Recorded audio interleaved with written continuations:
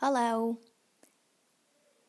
Easter is in the corner, so Learn on the Go has decided to do a reading comprehension on Easter. But this time, our reading comprehension will be based on a poem. So we will read a poem about Easter and answer questions based on that. So let's get started. The title of the poem is An Easter Flower Gift. The poet is John Greenleaf Whittier. So let's start reading. An Easter Flower Gift.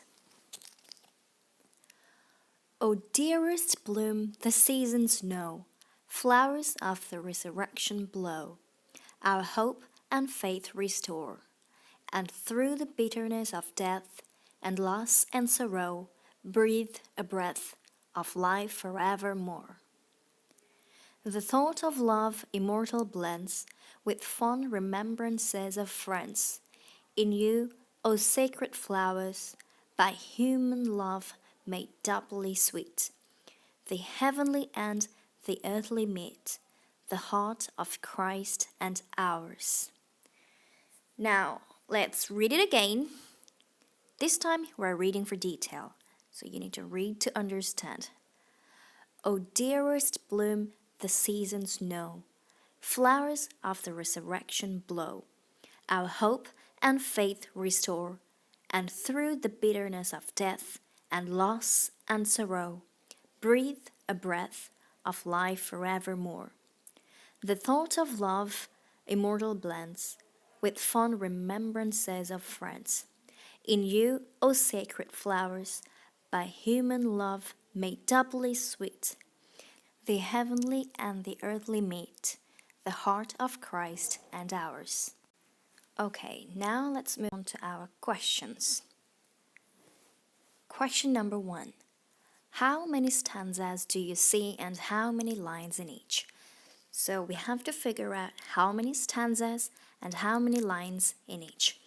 So we have one stanza and the second stanza. We have two stanzas. The poem is made of two stanzas. Now let's see how many lines in each stanza.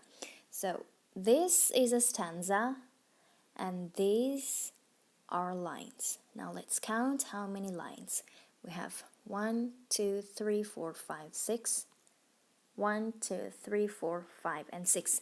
So we have two stanzas and 6 lines in each. Question number 2.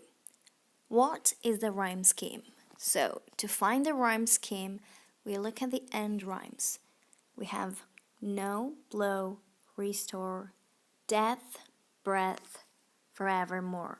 So know and blow are rhyming. So we have A, then we have restore, which is B, then we have death and breath, which are C,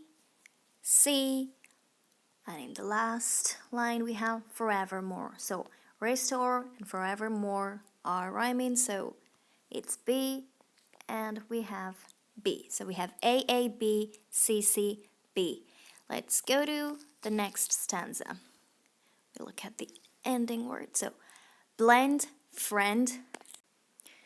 So they are A and A.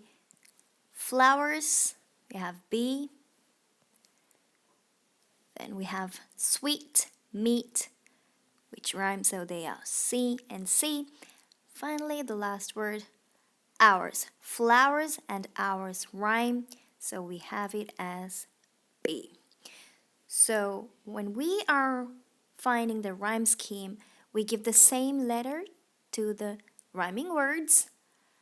As you can see, no, blow, A, restore, forevermore, or, so we give BB, death, breath, we give them CC.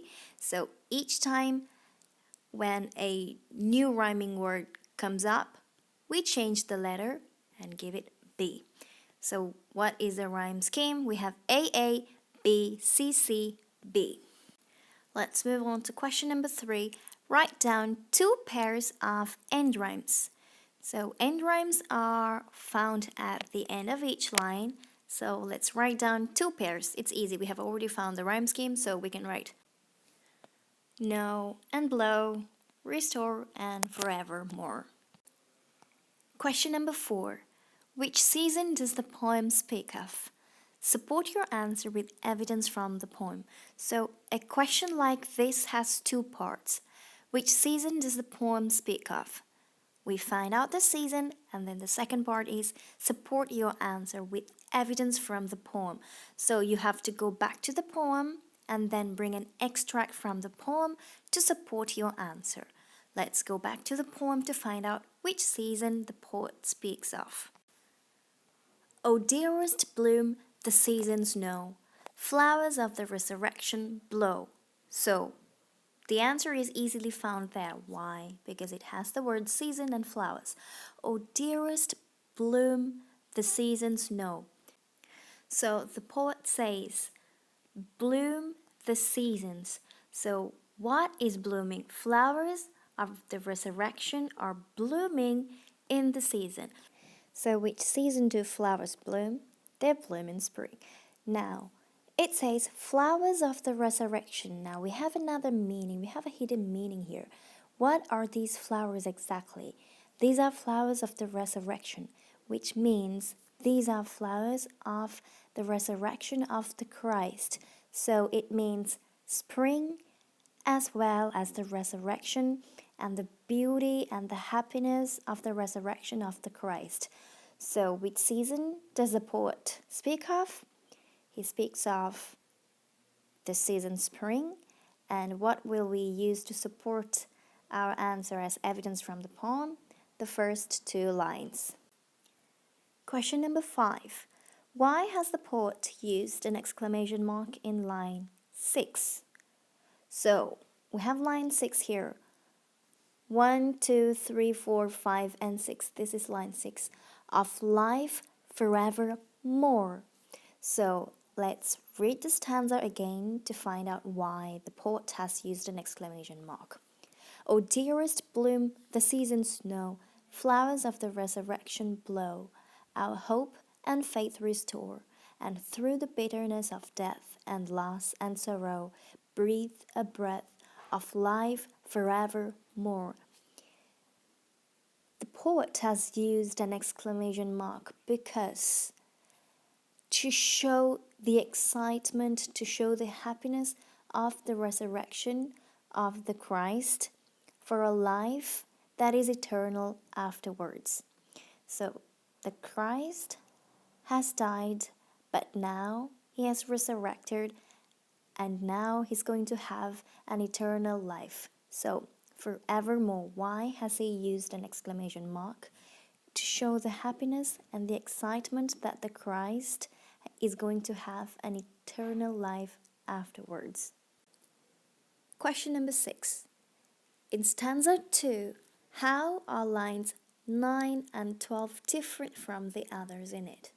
So, stanza 2, how are lines 9 and 12 different from the others in it? So let's count the lines and find line 9 and 12. 1, 2, 3, 4, 5, 6, 7, 8, 9, 10, 11, 12. So we have this line and this.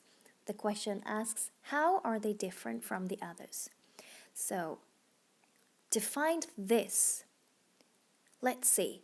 The thought of love immortal blends with fond remembrances of friends.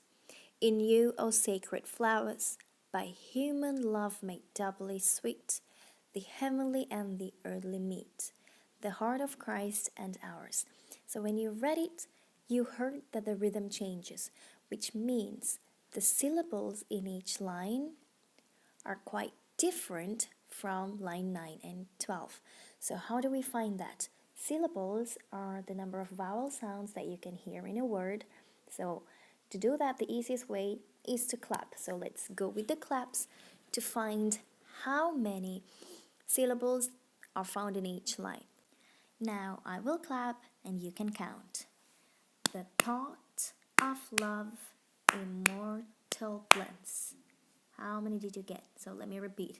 the thought of love and mortal bliss. We had 8. Let's go to the next line. I'll start counting. With fond remembrances of friends. Let me repeat, so count. With fond remembrances of friends. We had another 8 here. Now we're moving on to line 9. In you, O sacred flowers. So, count again. In you, O sacred flowers. So we had 7. Now do you notice the difference? Let's move on to our next line.